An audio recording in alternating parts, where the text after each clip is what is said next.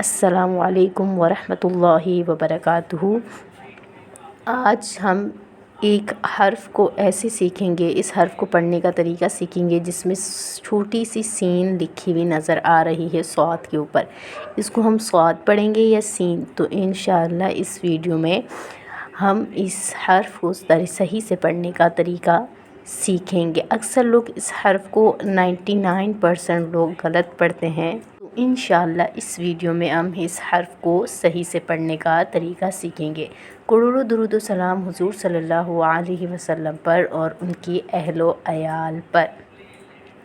اپنے سبق کا آغاز کرتے ہیں، پڑھیے۔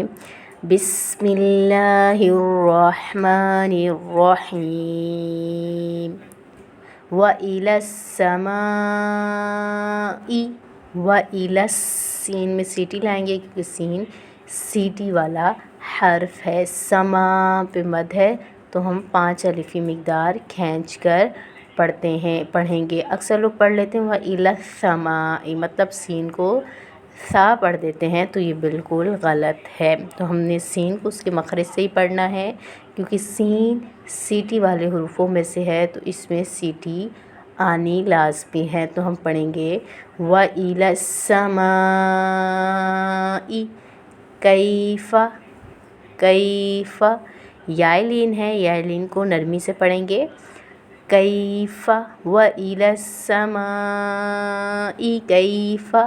اکثر لوگ یا لین کو سختی کے ساتھ پڑھ لیتے ہیں، تو یہ بالکل غلط ہے۔ یا لین کو 1 الف کی مقدار کھینچ کر اور نرمی کے ساتھ ہم نے پڑھنا ہے۔ ہم پڑھیں گے وَإِلَى السَّمَاءِ کیف رُفِعَتْ، رُفِعَتْ رو کو موٹا پڑھیں گے کیونکہ رو کے اوپر پیش ہے۔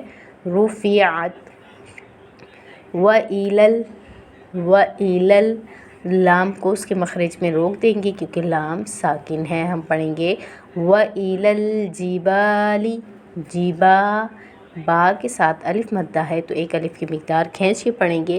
اکثر لوگ پڑھ لیتے ہیں وَإِلَى الْجِبَالِ، ایسے غلط ہے، تو ہم نے صحیح سے پڑھنا ہے۔ ہم نے پڑھنا ہے وَإِلَى الْجِبَالِ کیف، پھر یا لین آ گئی ہے تو یا لین کو ہم نرمی سے پڑھیں گے کیف نُصِبَتْ، کیف آگے پڑھتے ہیں وَإِلَى پھر لام آئی ہے، لام ساکن ہے تو لام ساکن کو اس کے مخرج میں ہم روکیں گے۔ ہم پڑھیں گے وَإِلَى ساکن کو اس کے مخرج پہ روکیں گے۔ ہم پڑھیں گے وَإِلَى الْأَرْضِ، أَرْضِ کیا پڑھیں گے وَإِلَى الْأَرْضِ كَيْفَ سُطِحَتْ، سُطِحَتْ سوتی نہیں ہے، سوتی تا نہیں پڑھ رہے ہم، تو پڑھیں گے سُطِحَتْ۔ آگے پڑھتے ہیں فَذَكِّرْ، فَذَكِّرْ اکثر لوگ اس کو پڑھ دیتے ہیں فَذَكِّرْ یا فَذَكِّرْ، قاف کو موٹا پڑھ دیتے ہیں، دوسری قاف سے چینج کر دیتے ہیں، تو یہ بھی بالکل غلط ہے۔ ہم نے پڑھنا ہے فَذَكِّرْ۔